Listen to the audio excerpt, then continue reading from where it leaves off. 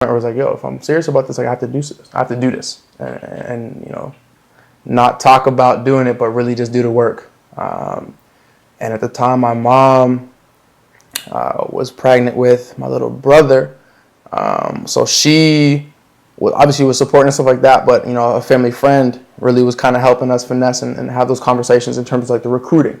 So you know, had kind of put out, you know, had the highlight tape and done all that stuff. But ended up kind of being in a position where there's a few schools, you know, on the East Coast that were like, yo, you know, we're interested, like, let's have a conversation. What does you coming here look like? And we started the process a little late because, I mean, as you know, like admissions for private schools and stuff like that, like that's, I mean, they're making decisions and the deadlines are like December. And January, you're hearing back, right? You're getting flown in February and all this kind of stuff. And we didn't start until like cautionary, like October or whatever, like in terms of like those core conversation as to the next step. So everything was definitely like more expedited in terms of like, okay, we're doing this more seriously. But I had the conversations with, like I said, yeah, multiple schools, and it was kind of like figuring out what does this fit? Like I'm actually going to go away and, you know, go play and attend school in another country, in another space with like a whole different system. How many offers did you end up getting in the end? Yeah, so like for the prep schools. For the prep schools, yeah. So I think it was like we were talking to like four. I mean, we reached out to kind of connect with, but I think it was ended up talking probably with like four or five coaches.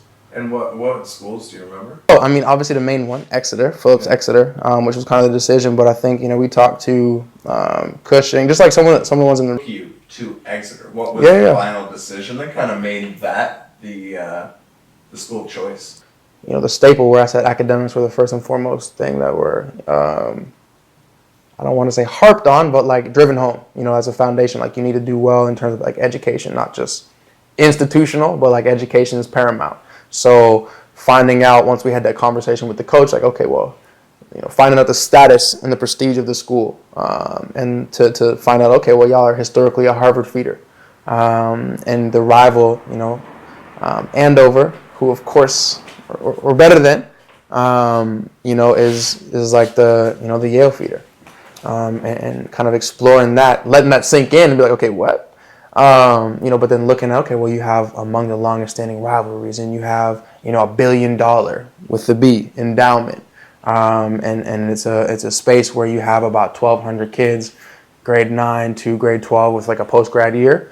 But all in the space where like they live, and this is like a university campus, and it's international, and it's focused on like experiential learning, and it's all discussion based. Like a big class is 10, you know, 11, maybe, I wouldn't even say 12 students. Like big classes like 11 or 12 students, right? So the whole dynamic is different because you're sitting around an oval table, and you're having conversations. The teachers are facilitators, so they facilitate discussion and kind of shepherd the class or kind of guide us along.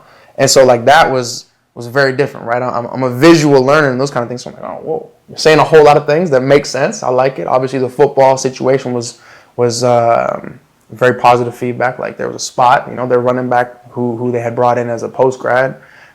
So kind of like, you know, for Ontario reference, it'd be like the grade 13. I just left. So, you know, I was in a spot where I definitely was going to be able to have, you know, years there.